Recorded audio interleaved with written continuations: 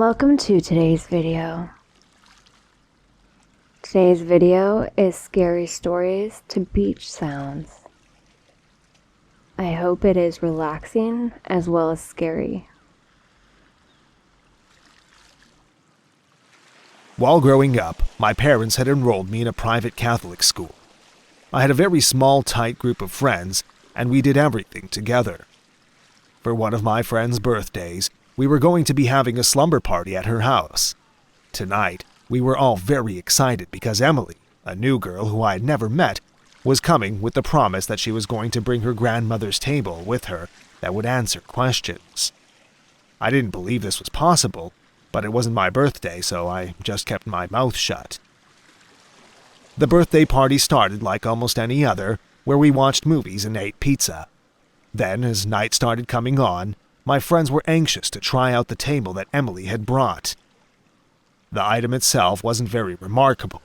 It had 4 short wooden fold-out legs, and the top 3 had different grains of wood that had been set into one another in a diamond pattern. She explained to us that you lightly rested your index and middle finger on the top of the table, and with your eyes closed, you had to concentrate and repeat in unison, "Rise table, rise table, rise," over and over again. At this point, I was skeptical that anything was going to happen and laughed a little as she was telling us this. I got more than one withering look from my friends, who must have taken this all very seriously. We all gathered around the table. I closed my eyes and placed my fingers on the table, and began speaking the words we were told. At first, nothing happened, but then I felt the side of the table nearest me begin to lift off the ground. My eyes popped open, expecting to see Emily holding the table up, but everyone was kneeling with their fingers on the table. It rose to a height of about a foot and just seemed to float there. I didn't know how this was possible. Everyone seemed to be in shock except for Emily, who must have seen this before. She explained to us that we could ask the table yes or no questions, and if the answer was a yes, we would get a reaction.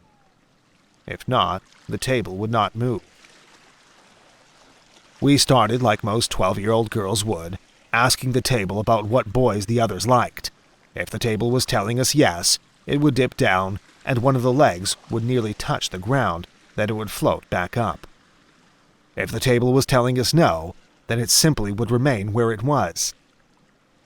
When it came my turn to have the girls figure out who I liked, I figured there was no way that the table would know. I was fairly new in the school myself, and had told no one about my crush. They began naming everyone they could think of, but the table remained in place. When one of the girls guessed his name, my face turned scarlet as the table dipped to the floor. The table knew. Somehow it knew. As the night wore on, we continued to ask it questions.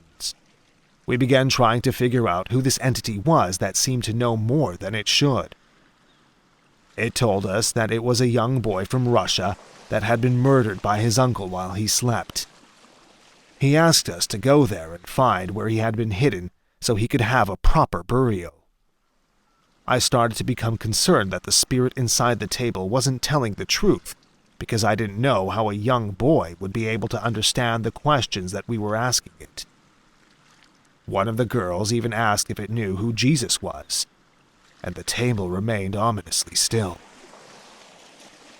After a while, I started to become scared, thinking that this spirit wasn't who it said it was, and wanted to stop.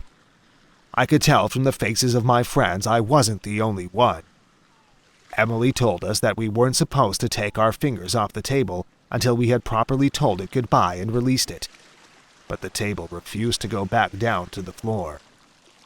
It seemed to become angry at us, and would violently bob up and down when we would ask it a question. No matter how many times Emily tried, the spirit would not leave. It felt like we were no longer in control. Willing to try anything, one of the girls had a crucifix around her neck and placed it on the tabletop. The table began to shudder violently until the cross fell to the floor. At that point, I had seen enough. Too terrified to continue, I took my hands off the table. Emily told me I couldn't stop until we got the spirit to leave, but there was no way I was laying a single finger on that table.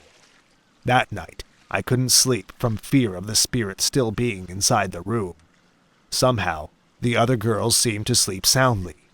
Even when I went home the next day, I still had an uneasy feeling of being watched and followed. My experiences that night was an eye-opening event for me. It took me a long time to get over what I had seen and felt, but it seems that whatever was speaking to us that night was trying to lure us young girls into something.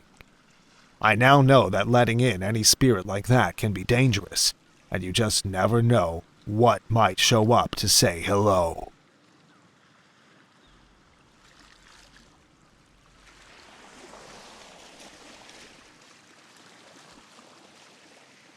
Sometimes, things don't make sense when you're trying to understand them in rational terms. So when you exhaust every possible rational solution to a situation that cannot be explained using what seems possible, then you have to inevitably turn to the improbable. That is what happened to me one morning when I had an experience that had me questioning what was possible. I was getting home late from an evening out with my friends. We were celebrating a birthday and decided that we were all going to ditch our significant others and have a girls' night.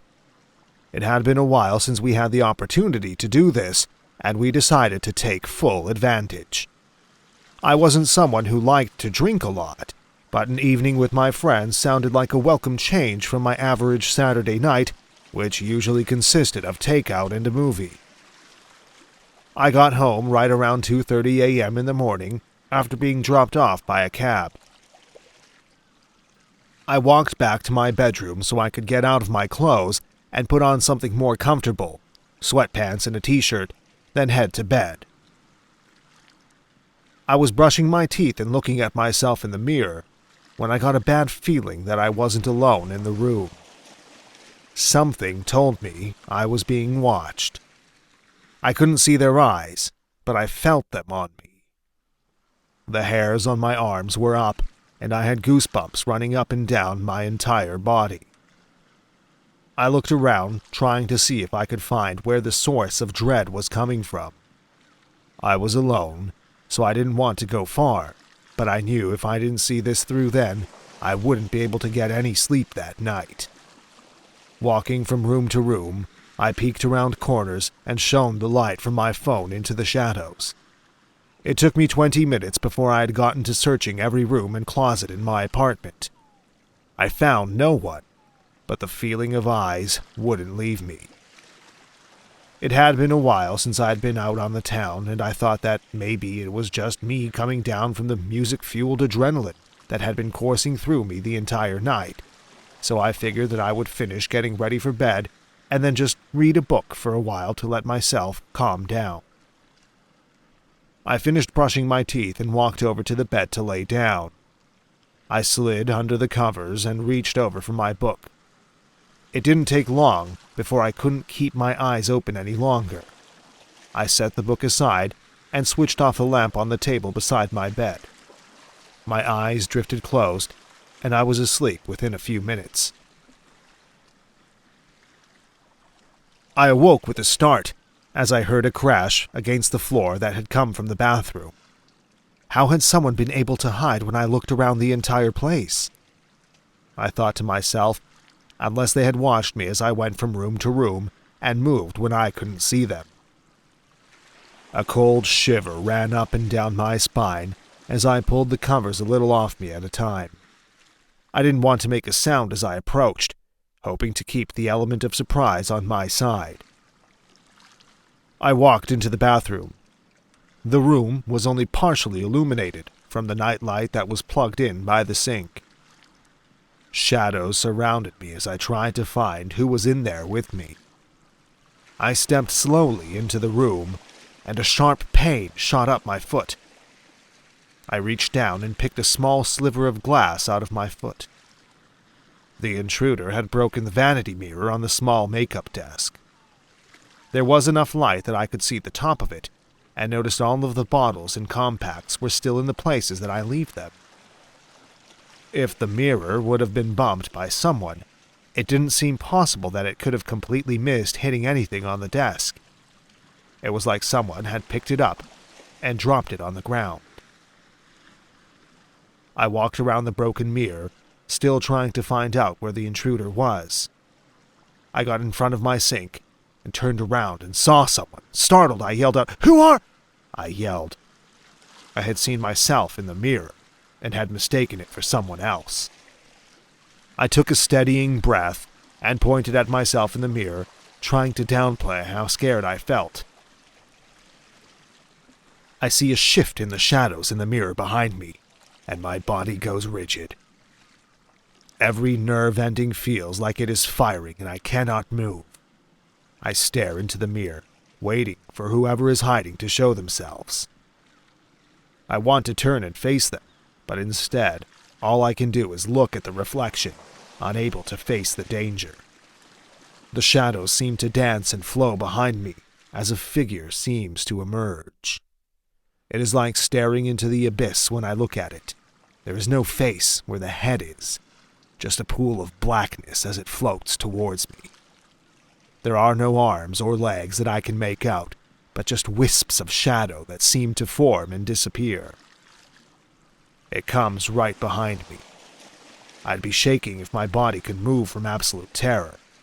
I feel pressure on my shoulders, like it had placed its hands there, and slowly slid them down my arms in a cold caress. I felt a chill trail down my arm where its touch has been. A gentle breeze passed over my ear, and I knew that its face was right next to my ear.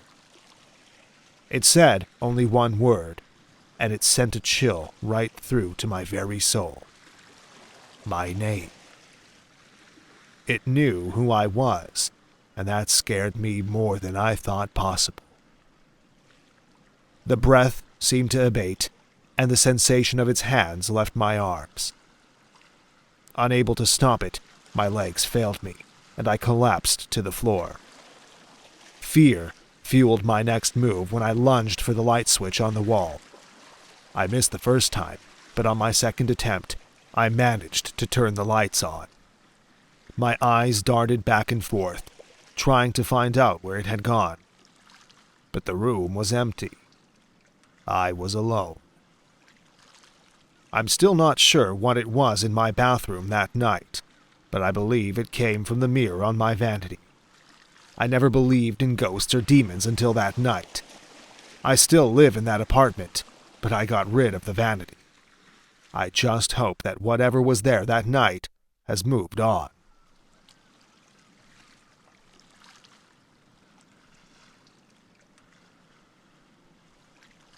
I'm 16 years old. Recently, some things have happened to me that have me questioning the beliefs that I had about what was real and make-believe. These things started to happen after my parents bought me a desk from a second-hand store for me to do my homework on at night. I'm a person who firmly believes in things that can be seen and explained. Now I'm not sure what to believe. Me and my dad carried the desk down the hall to my room. It wasn't so much that it was heavy, but awkward and cumbersome. We did okay keeping from banging into the walls until we got to the door to the room. My dad paused and looked up at me. "Okay, let's be careful not to bang it into the door and wall," he instructed me. "Yeah, I know, Dad," I told him. No sooner, though, that we turned the desk halfway into the room, that a loud bang came from the side of the desk where it collided with the frame. Our eyes met, and he cocked his eyebrow up at me in a gesture that said, "I thought you were going to watch the wall." I sighed, knowing exactly what the look meant, and continued to back into the room. We had cleared a space where the desk was going, and we quickly set it down and positioned it flush against the wall. Both of us satisfied with the location my dad left me to set up my new desk as I wanted. I took out the office supplies that I had gotten at the store and tried to organize the desktop in what I thought would be the most efficient way. Satisfied with how it looked, I walked out of my room to see what was for dinner. The evening passed, and I went to bed at around 10 p.m. Sometime in the middle of the night, I woke up to the sound of a pencil falling off the desk and hitting the floor. The sound startled me awake, thinking that someone was in my room. After the moment of shock cleared, I assumed that our cat had jumped on the desk and was curious about the new piece of furniture in the room. The problem with that was I couldn't find her anywhere, and the loud noise could have startled her, and she might have just run off. It made sense, too, so I turned back over and went back to sleep. The next day when I came back from school, I walked into my room and dumped my backpack on my bed. I went to take my science book over to the desk to finish the assignment for the next day, when I heard a crunch underneath my foot. I looked down and saw one of the pencils I had bought the day before snapped in half under my foot. I looked to the ceiling and muttered, "Great." Reaching down, I noticed not only had the pencil been knocked off, but everything that had been on the desk, too. "Damn cat, messed someone else's things up," I muttered as I picked up the floor. I placed everything on the desktop as I reached farther under my bed, trying to reach the last few pens. I clearly heard a pencil rolling on the desktop. The distinct noise of the flat sides as they rotate seemed to get quicker and then stop. The pencil smacks against the hardwood floor right next to my head. I finally retrieved the last of my pens and the pencil that had fallen again and stood up to look at the desk. I didn't want a desk with a sloped surface that was going to dump all my stuff onto the ground every few seconds, so I put the pencil back on top and watched. It didn't move at all. I sat there, continuing to stare at it, almost willing it to roll off once more. Shaking my head, I reached out to poke it. It rolled toward the back of the desk and stopped. I rolled it toward the floor next, but it stopped after just a couple of inches. I didn't understand. It was like the pencil had a mind of its own and just didn't want to move. I decided to go get a level to check if maybe the desk may need a repair. I turned around and walked a few steps, nearly making it to the door, when I hear the pencil begin to move. I turn around just in time to see the piece of wood pick up speed and then fall onto the floor. "Aha! Gotcha!" I said to the desk. I spun around and walked out to the garage to get a level and hammer to fix the problem. I was back within a minute and walked over to the desk and placed the level on it to see how much work this was going to take. I leaned down close to see where the bubble was dead center. How was that possible? I picked up the level and placed it on the other side. The same thing. "What in the world?" I said. I didn't understand. How could the pencils be falling off the desk if the surface was flat? I was at a total loss. I tried checking both sides at least 2 more times, and after getting the same result every time, I threw my hands in the air in defeat. I couldn't figure it out.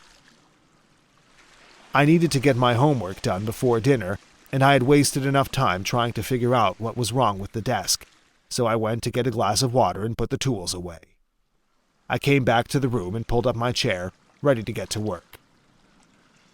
I set the glass of water down on the desktop and thought to myself that I would have to get a coaster at some point for drinks. I had been at it for about half an hour when I heard a small scraping noise. I looked at the desk but couldn't see anything.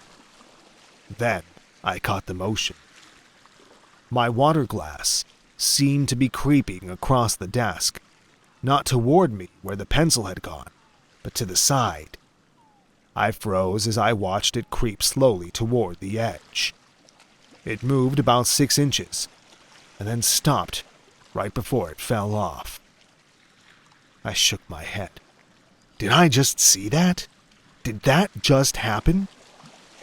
I probably would have thought I was going crazy if I hadn't seen the trail of condensation that the glass had left on the desktop. I stood up quickly, holding my hands up like I had someone pointing a gun at me. What was this? Ghosts don't exist. At least that is what I had always thought. But what else could it be? Something hit the back of my knee, and I fell back into the chair. I had to grab onto the desk to keep from falling onto the ground. I almost threw the chair out from under me as I ran from the room. I ran straight to my mom and dad. I told them what I had been experiencing in the room. My dad seemed skeptical, which I understood, considering I would have been too if I hadn't seen it myself. My mom, on the other hand, seemed to believe me. She told me we would get rid of the desk the next day. The three of us took the desk back to the thrift stop where we had bought it and just left it in the donation area. None of us wanted to explain why we were returning it. I'm sure they had heard stories like ours before, but I wasn't interested in answering their questions or their judging looks. After that experience, my parents agreed that they would buy me a new desk to go into my room. They both knew that I was unlikely to want another one that someone else had owned.